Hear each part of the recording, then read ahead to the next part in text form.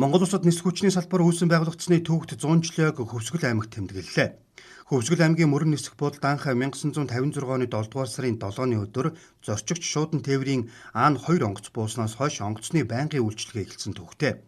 Мөрөн нисэх бодлын үйл ажиллагаа өргөжөөж дөрвсий буюу олон улсын зэрэглэлтэй болохоор төсвийг эх онд тусгана гэдгийг хойд бүсийн зөвлөлийн анх дугаар хуралдааны үеэр ерөнхий сайд танилцуулсан. Ингэснээр мөрөн нисэх буудал олон улсын шууд нислэг үлдэх хүлээн авах боломжтой болох бөгөөд эх 7 дугаар сараас эхлэн Хөвсгөл аймагт бүгд найрамдах Солонгос улсын онгоц газардаж эхэлнэ гэдгийг мөрөн нисэх буудлын дарга хэллээ.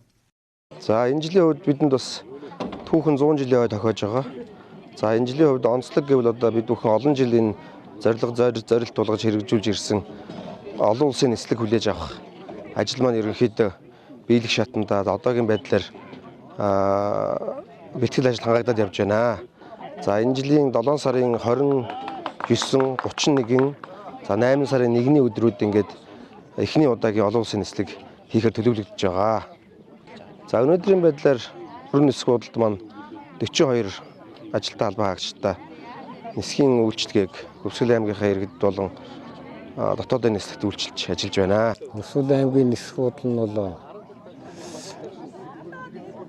боён тухай нисэх буудлын дараа ордог ажил ачаал ихтэй 24 цагийн тасралтгүй ажиллагаатай ийм нисэх буудал байсан юм аа.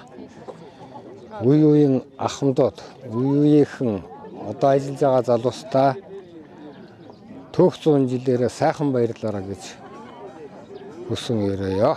Монгол улсад нисэх хүчний салбар үүсэн байгуулагдсны түүхт 100 жилийг тохиолдуулан үе үеийн ажилтан албаагч ахмадуудаа шагнаж урамшуулсан юм а.